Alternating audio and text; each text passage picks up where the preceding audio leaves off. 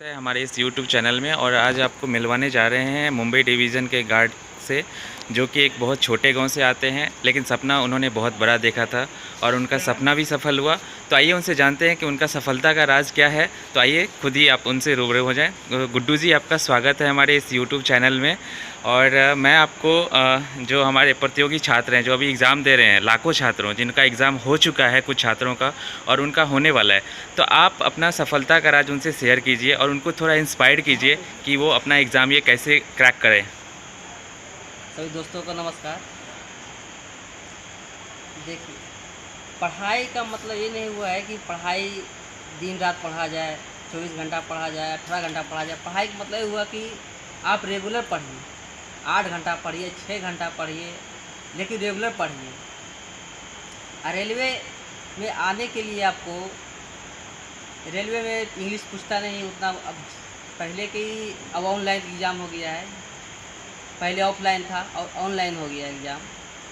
तो रेलवे आपको एग्ज़ाम से पहले आपको हर एग्ज़ाम का मतलब आरआरबी से है, आरआरसी है, जो भी है आते हैं, सबका सेट आया हुआ रहता है। सेट के देखिए। और रेलवे तैयारी करने के लिए सबसे पहले आपको एक ग्रुप बनाना होगा। 20-30 लड़का, जो भी जितना भी अगल बगल के लड़का है, सबको ग्रुप में लाइए और एक साथ बैठ कर तैयारी कीजिए।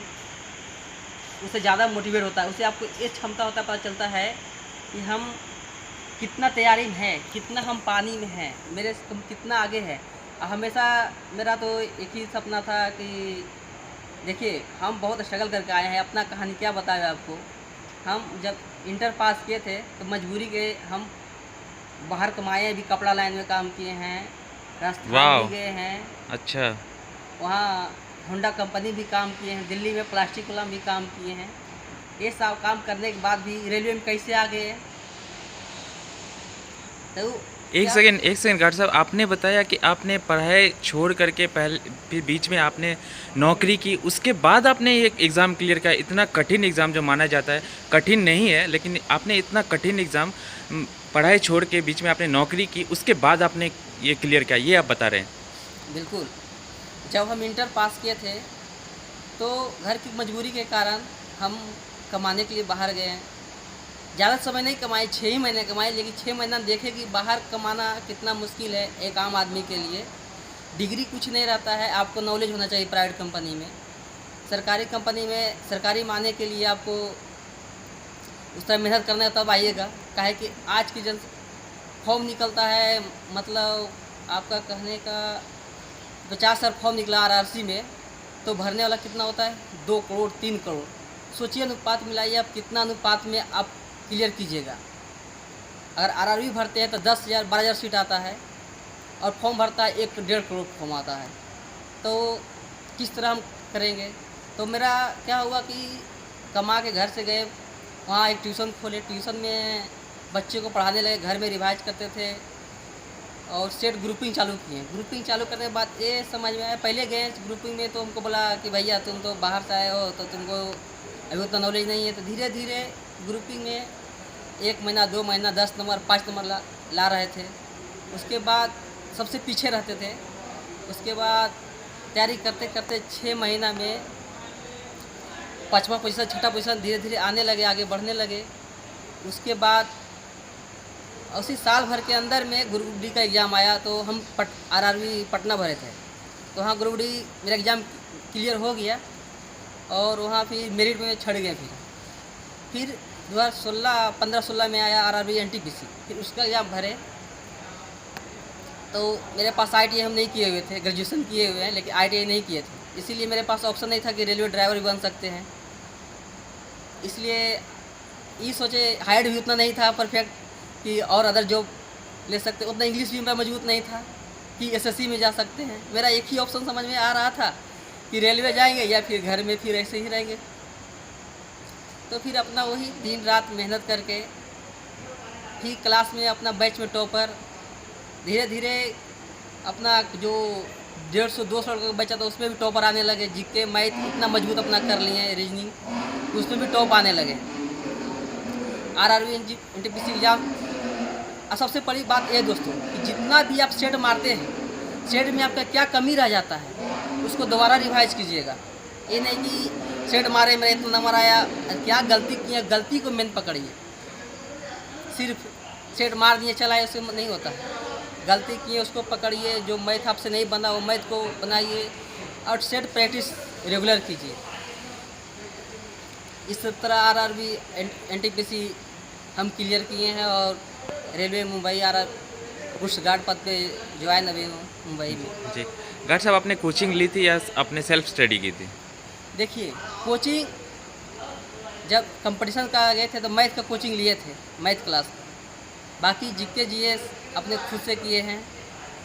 इंग्लिश तो नहीं किए हैं क्योंकि इंग्लिश हम पहले से वीक था, तो इंग्लिश को उतना रेलवे में ज़्यादा था, इसलिए इंग्लिश पे जोर नहीं दिए आई थे थिंक उतना। इंग्लिश उतना आता भी नहीं है। इंग्लिश लोगों को, कैंडिडेट को उतनी चिंता करने की जिनको हिंदी आती है, इंग्लिश नहीं आती है तो उनको उतनी चिंता करने की नहीं है, ज़रूरत नहीं है, नहीं, क्योंकि इंग्लिश आती नहीं है उतना। और तो आपने बस सेल्फ स्टडी से ही आपने ये किया था। बिल्कुल। जहाँ तक एग्ज़ाम प्रिपरेशन का सवाल है, अभी बहुत कम दिन बचे हैं जिन छात्रों के लिए जिनका 2 दिन में, 3 दिन में, 7 दिन में या अगले महीने में एग्ज़ाम होने वाला है उनका, वो लोग इस 2-3 दिन का इस्तेमाल कैसे करें? क्या वो फिर से नए तरह से स्टडी करें या फिर जो उन्होंने पढ़ा है पहले उनका रिवीजन करें? देखिए आज के जो लेटेस्ट एग्ज़ाम चल रहा है उसमें करंट अफेयर्स बहुत ज़्यादा पूछ रहा है।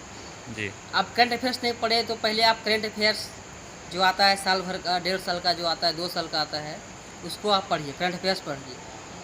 आज के 100 में 15 क्वेश्चन उसी से दे देता है, बाकी 50 लगभग मैथ पूछता है, मैथ रीजनिंग। तो मैथ रीजनिंग तो पहले से जो रहेगा वही 2 दिन में तो आप कुछ कर नहीं सकते, 2-4 दिन में, 2 महीना में। हाँ, जो पढ़े हैं वो थोड़ा बहुत रिवाइज कीजिए, सेट पे ज़्यादा जोर दीजिए, जितना सेट मार सकते हैं उतना अच्छा रहेगा आपके लिए। जी। गार्ड साहब, ऐसा देखा गया है कि काफ़ी कैंडिडेट जिनका एग्ज़ाम समझ लीजिए कि जिनका कल एग्ज़ाम है, तो वो रात भर स्टडी करते हैं, दिन भर स्टडी करते हैं और रात भर जाग करके वो फिर एग्ज़ाम देने जाते हैं। तो जैसे कई कैंडिडेटों को सुना जाता है कि अरे यार, आज ये मेरे से सवाल छूट गया जो कि हो जाता, वो तो बहुत आसान सवाल था। क्या रात भर जगने से भी हमारा परफॉर्मेंस पे बुरा असर पड़ता है? बिल्कुल असर बुरा पड़ता है। ये सोच रहे हैं कि एक दिन में, अरे जब साल भर, जब उम्र से इतना नहीं पढ़ पाए तो एक दिन में आप पूरा किताब पढ़ जाइएगा तो क्या पूरा माइंड, उससे क्या होता है कि माइंड डिस्टर्ब हो जाता है कि क्या पढ़े नहीं पढ़े, पढ़े उसमें। और इसलिए जो पहले पढ़े रात भर आराम मस्त सोइए, खाइए पिए और सुबह उठ के जितना सवेरे एग्ज़ाम देने जाइए, बेहतर रहेगा आपकी ज़िंदगी के लिए। जैसे गार्ड साहब, ये एग्ज़ाम जो होता है हमारा 2 चरणों में होता है, जो गुड्स गार्ड का है, और जो एसएम वगैरह है उनका 3 चरणों में होता है। तो प्रीलिम्स में कहाँ तक कितना कट ऑफ रहने का अनुमान है आपके हिसाब से? पहली रहता है कि 3 में से गार्ड को हम भी 3 को दिए थे। आरआरबी एनटीपीसी पहले की तरह नहीं है, अब है कि आपको चॉइस करना रहता है। पहले क्या चॉइस आप किए हैं, सीए टीए गार्ड एसएम कुछ भी चॉइस किए हैं आप, तो आपका नंबर किसा है, आपको तो अच्छा नंबर आ रहा है। अगर सीए चॉइस किया, टीए चॉइस किए हैं, आपका नंबर बहुत अच्छा है तो आपको हो सकता है साइको के लिए नहीं बुलावे। अगर आपका नंबर कम है तो आपको साइको के लिए बुला सकता है। जैसे हमको साइको के लिए बुलाया था, साइको पास भी हुए थे, CA TA guard SM choice दिए थे, साइको पास भी थे, लेकिन नंबर ज़्यादा रहने के कारण हमको गार्ड में भेज दिया गया। अच्छा, नहीं गार्ड में भेज दिएगा। क्या आप अपने गार्ड, जो अभी आप गार्ड हैं, उसको एंजॉय कर रहे हैं? क्या आपको इस चीज़ का पछतावा है कि आप एसएम नहीं बन पाए, आप एक गार्ड हैं, आपको ये फीलिंग है क्या? रेलवे के जो कहता है एक जिम्मेवार पर्सन गार्ड, हजारों यात्रियों के, करोड़ों की सामान को रक्षा करना गार्ड ही करता है। गार्ड सुरक्षा के दृष्टि से रेलवे को समय के पालन करते हुए आगे ले जाता है। जी, तो आप एंजॉय कर रहे हैं अपना? बिल्कुल। अच्छा गार्ड साहब, एक और छोटी सी बात है लेकिन बहुत इंपॉर्टेंट है कि ऐसा देखा गया कि जो सक्सेसफुल कैंडिडेट हैं वो क्वेश्चन कितना बनाना है और क्या छोड़ना है, किसको अप्रोच करना है और क्या छोड़ना है, वो उनको भली भांति परिचित होते हैं। जबकि एक जो नासफल कैंडिडेट होते हैं उनमें एक ये बुराइयां होती है, या कहिए कि उनकी ये कमज़ोरी होती है कि वो सारे क्वेश्चन को अप्रोच करते हैं। वो चाहते हैं कि 100 का 100 क्वेश्चन, 120 क्वेश्चन, 100 क्वेश्चन है तो 120 का 120 क्वेश्चन वो बना के आ जाते हैं, या फिर वो गलत वो आंसर करके आ जाते हैं। उनको ये लगता है कि चलो यार, अगर तुक्का भी मारे तो हो सकता है कि तुक्के में से एक सही निकल जाए। तो क्या तुक्का मारना कितना वो नुकसानदायक साबित हो सकता है? तुक्का मारना मत, पहले तो देखिए, जितना आप जानते हैं उतना बनाइए। और जैसे 4 ऑप्शन देता है तो उसमें आप कॉन्फिडेंस रहिए कि उसमें 2 को आप अगर समझ में आ रहा है कि ए या ए सी होगा या फिर डी होगा, 2 में है तो फिर थोड़ा सा चांस ले सकते हैं। ये नहीं कि चारों अपने जान रहे हैं तो तुक्का मार दीजिएगा जय श्री राम, तो ऐसा नहीं होता है, क्योंकि 75% ज़्यादा गलती होने के चांस रहता है। जी। अब 25% सही होने का चांस होता है। जी। अब क्या 3 में तीन गलती हुआ तो 1 नंबर आपका गया काम से, जो अच्छा बनाया तो वो भी गया। इसलिए अगर 2 सस्पिशन में आ रहा है तो मार सकते हैं, लेकिन अगर आप पूछने जा रहे हैं क्वेश्चन के बारे में तो बिल्कुल नहीं मारिए, उसको छुए तक नहीं आप। जी। अगर ज़्यादा मारे तो फिर आप जी। ओके। तो गार्ड साहब, आपकी कहानी वाक़ई में एक बहुत इंस्पायरिंग है। आपने बताया कि आपने पढ़ाई की, फिर उसके बाद आपने पढ़ाई बीच में छोड़ दिया किसी कारणवश, आपकी आर्थिक स्थिति हो सकती है, बिल्कुल और उसके बाद फिर आपने कामयाब हुए, गार्ड बने और एक मुंबई डिवीज़न में गार्ड बने। ये बहुत बड़ी बात है, आप बहुत इंस्पायरिंग हैं। आई एम श्योर कि ये जिन छात्रों ये वीडियो देखेंगे वो बहुत ही इंस्पायर्ड होंगे और आपसे ज़रूर एक बार फिर से आपसे मुलाकात वो करना चाहेंगे अगले वाले एग्ज़ाम से पहले। तो गार्ड साहब, आपने अपनी कहानी सुनाई, बहुत अच्छा लगा, मुझे भी बहुत अच्छा लगा, और आई एम श्योर कि हमारे जो व्यूअर्स हैं वो भी बहुत लाइक करेंगे। और एक बार उनको आप अपील कर दीजिए मेरी तरफ से कि वो मेरा चैनल वो सब्सक्राइब करें और वो लाइक भी करें। सभी श्रोतागण जितना भी ये देख रहे हैं, जी। हमेशा इसमें पहले की तरह आगे भी ज्ञान की बातें होते रहेगी।